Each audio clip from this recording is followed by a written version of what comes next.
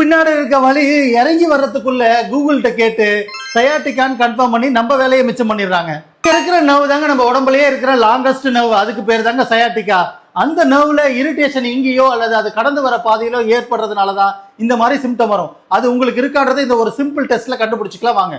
Slum டெஸ்ட்டுங்க. நல்ல உடம்ப குனிஞ்சு ஆர்ச் வர மாதிரி வச்சுட்டு சின் டக் பண்ணிட்டு நெக்கு நல்லா ஃப்ளெக்ஸ் பண்ணிக்கோங்க.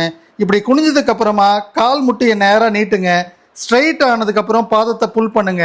உங்களுக்கு ஷார்ப்பா புல்லிங் லைக் பெயின் இருந்தது அப்படின்னா சயாட்டிக் நர்வ் இரிட்டேஷன்ல இருக்குன்னு அர்த்தங்க. அதோட மொபிலிட்டி கம்மியா இருக்கு. அதே மாதிரி படுத்துக்கோங்க. பாதத்தை நல்லா புல் பண்ணிட்டு வலி இருக்கிற காலை முட்டி மடக்காம தூக்குங்க.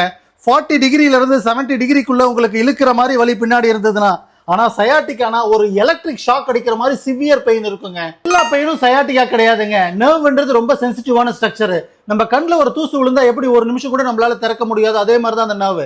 அதை ஏதாவது இரிட்டேட் பண்ணிச்சு அப்படின்னா அதோட சிம்டம் சிவியரா தாங்க இருக்கும். ஆனா ஈஸியா ரிலீஸ் பண்ணிட்டு பழைய மாதிரி வாழ முடியும். வலியோட வாழாது. உங்களோட ஃப்ரெண்டு முதுகு வலியோட இருக்கவங்களுக்கு அனுப்புங்க. அவங்களும் டெஸ்ட் பண்ணி பார்க்கட்டும், நீங்களும் டெஸ்ட் பண்ணி பாருங்க.